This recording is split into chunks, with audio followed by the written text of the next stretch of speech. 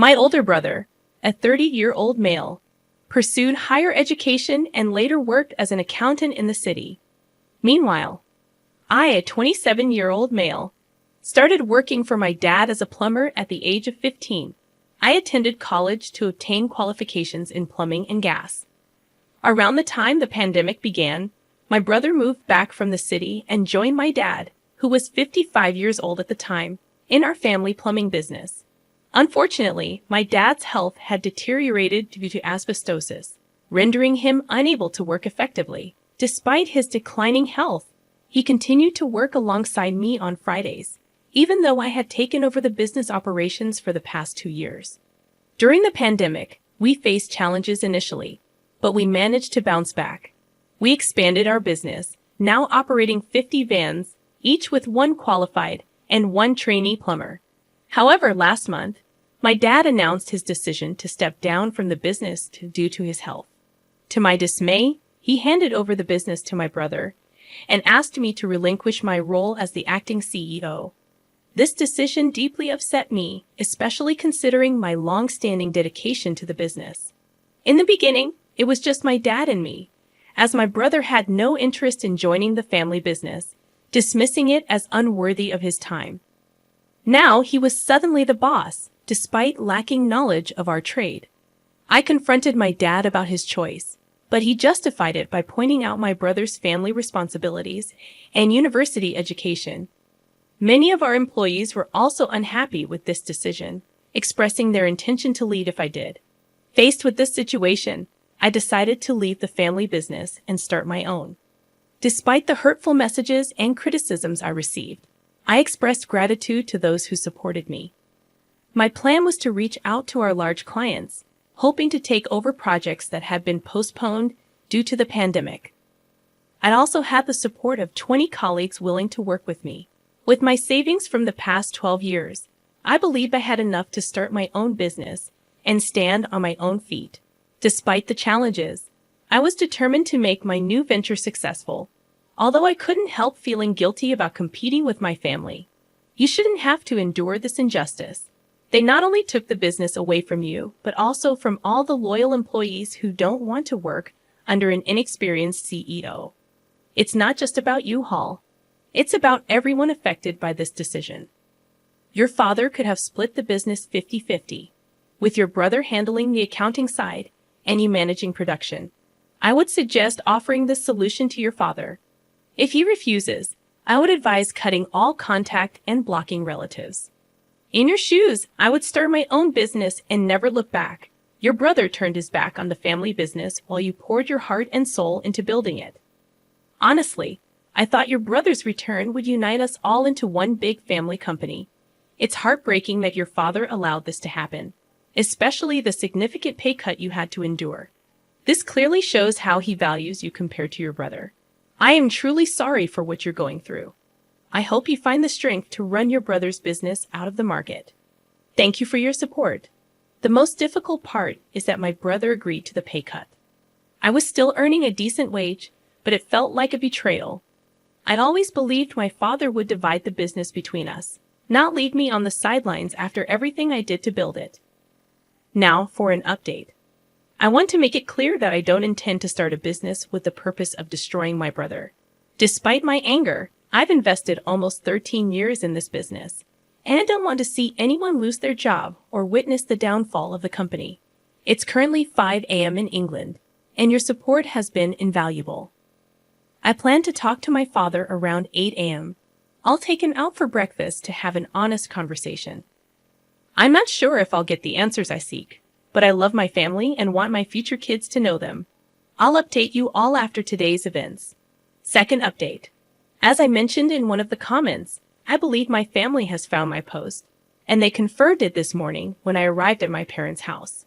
My mom greeted me with tear-streaked eyes, and my dad and I went out for breakfast to talk. He didn't utter a word during the drive there. Upon our arrival, and then again on the way back, he asked if we could pull over to talk. It was the first time I had ever seen my dad cry. When I confronted him, asking why he had done this to me, he confessed he didn't know. I pressed him. And he finally revealed that he felt he owed it to my brother for not being there for him as much as he was for me during our upbringing. There were moments my brother needed him, but we were always working. I couldn't fathom it. After 12 years of relentless dedication, this was his justification. I told my father that I had invested half my life working for the business, and now he was sidelining me just because my brother had returned. It hurt me in ways I couldn't express.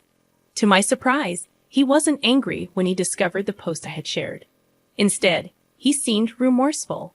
He admitted that my mother was devastated after reading the comments about how badly they had treated me. She believed I would never talk to them again. My dad acknowledged that he should have split the business between us, realizing that it would require both of us to keep progressing. He apologized for never expressing how proud he was of everything I had achieved. He understood my brother would never agree to a 50-50 arrangement. He pleaded for me to return, saying my brother would need me. But I replied that it was no longer my concern. I tried to make it work for 3 weeks after my demotion and pay cut, but my brother refused to listen, dismissing my expertise. So I left. My dad broke down, confessing that he had torn the family apart and regretted what he had done. I couldn't fathom why it took him so long to realize my value in the company. In the third update, I had several successful Zoom calls with clients, and they informed me they would be sending proposals for upcoming work. Fortunately, the start dates didn't clash, a concern that had weighed heavily on my mind. 3 of my experienced colleagues had left my previous workplace and chose to join me voluntarily, an affirmation that touched me deeply. At this point, I had everything I needed to start my new business, 3 vans, and the tools I had amassed over the years. Then my father called and invited me over for dinner. Uncertain but hopeful, I accepted, thinking it might be a step in the right direction. When I arrived, my entire family was present. The atmosphere was tense. My mother avoided eye contact, and my brother acted as if I didn't exist. My dad asked both my brother and me to join him in his office. He began questioning when I would return to the company, stating that they needed me back early Monday morning. I couldn't believe what I was hearing. I told them both that I wouldn't be returning, that I had started my own business. I questioned my brother, asking what he meant by we, considering he was the one who had been given the business. My brother lost his temper, demanding to know why I would leave if I truly cared about the company. I didn't hold back, expressing my frustration. I reminded him that I had dedicated 12 years of my life to make the company successful, just like him. Unlike him, I didn't seek all the glory, and I wouldn't allow myself to be treated poorly. I told him to leave so I could talk to Dad. I confronted my father, asking him about his apology earlier in the day and why he expected me to return despite everything. He couldn't meet my gaze. I said my goodbyes to my cousins, nieces, and nephews and walked out. I spent about 3 hours writing, finding solace before returning here to share my thoughts. I want to express my gratitude to everyone for the personal messages, comments, rewards, and all the encouraging words. I'll try to respond to everyone, but I'm exhausted and will likely fall asleep. In the 4th update, it's been a while since I last shared. I've had a lot going on in the past few weeks. The new business is thriving. We have plenty of work and are making good money. At the year's end, I plan to expand, and I couldn't be happier about that. My fiancé and I are overjoyed. She's busy planning our dream wedding, although she wants me to wear a suit. I insist on my kilt. Waking up next to her every day brings me immense happiness. She's been my rock through everything. Regarding my family, my father and brother still refuse to talk to me. They declared they won't attend our wedding, even though they haven't been invited. My mother contacts my fiancé, asking about wedding details but won't talk to me. On the brighter side, my fiancé's family has been incredible, helping with the lawsuits, assisting with wedding preparations, and much more. I am deeply thankful for their support. Other members of my family have backed off, apologized, and expressed a desire to make amends for the hurtful things that were said. My fiancé and I have decided to have our wedding in November. After we're married, we plan to try for children. We're both excited about becoming parents. The next story revolves around my business, and the decision not to split control equally between my children. I'm a 65-year-old electrician from Germany, looking forward to settling down, traveling with my wife, and spoiling our grandchildren for the rest of our lives. I have built up a small business with 23 employees. My son, Alexander, who is 36 years old, will take control of it. I also have 2 daughters whom I am proud of. Laura, 34, has a master's degree in biochemistry, and Marie, 30, is a middle school teacher in mathematics and sports. Recently, I shared my plan of family gathering. Laura was supportive, but Marie accused me of favoritism, which I denied. I explained that Alexander had worked with me for 17 years, starting as a trainee and eventually earning his master's license as an electrician. He has demonstrated passion, dedication, and leadership, training 7 of our employees along the way. My daughters were offered opportunities to work with me during school holidays, but they pursued their own careers, which my wife and I supported financially and emotionally. I sought opinions on Reddit, asking if I was in the wrong. Most responses were in favor of my decision to leave the business to Alexander. People pointed out that hard work should be rewarded, emphasizing that he had invested his time and energy in the business and had helped make it successful. They agreed that leaving the business to him was a way to ensure stability for our employees and their families. Additionally, they acknowledged that it was my business and my money, and I had the right to decide who should inherit it. German law might have different views, but the consensus was that my choice was justifiable. In this situation, it's crucial for your uncle and cousins to consult a lawyer, as there might be legal costs involved in compensating his other children when he decides to pass the company to only one child. It's not being in a hole, it's just practical business sense. Marie may lack experience in this industry or running a business, which makes your son, Alexander, the most qualified candidate, given his 17 years of dedicated work with you. Marie's bitterness appears to stem more from Alexander's close relationship with you than from the handover of the business. It's worth considering that both Marie and Alexander had equal opportunities. They could have chosen to pursue a career as an electrician, but only Alexander followed through. It's unfair for Marie to resent the situation based on her own choices. As for your last story, about your inheritance, you're not the whole for not splitting your inheritance equally with your cousins. Your paternal grandmas will specify the distribution of her money among her grandchildren, not anticipating the number of children your dad and uncle would have. Your parents are right in asserting that it's your money, and you should be the one to decide how to handle it after gaining access to it.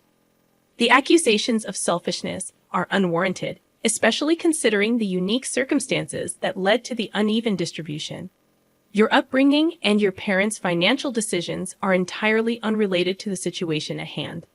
I had to buy my own car, while my cousins had theirs bought for them by their parents. My dad's aunt constantly fueled my uncle's belief that my dad was the favorite child, which left my uncle resentful. He now uses the fact that I'm receiving more money to support that idea. I refuse to split the money because it's rightfully mine. The inheritance was meant for the children of my dad, and it's not my fault that my parents had only one child. My parents taught me financial responsibility, and I plan to put most of the money into a lifetime ISA. I intend to use some of it to travel after university and invest the rest wisely. I'm not planning on squandering it all in one go. Furthermore, Connor and Olivia's shares are substantial, far more than most people inherit and more than many have access to in their early 20s. Connor has already spent most of his inheritance on partying, traveling, and cars, so I don't see why I should have to compensate for his choices. Regarding the messages I've received, I want to clarify that my grandma did not exclude my dad and uncle. She only left the money from her various bank accounts to the grandchildren. Her other assets, such as property, jewelry, art collection, and investments, were divided between them. To those who say I'm being selfish, I firmly believe that my decision aligns with my grandma's wishes. Imagine if the roles were reversed. Would they willingly share their inheritance? I don't think so. This is a fair, but not equal, situation. My grandmother was fair by splitting the money 50-50 between her son's descendants. It's their entitlement and not a matter of greed. Anyone questioning it can express their concerns at her grave.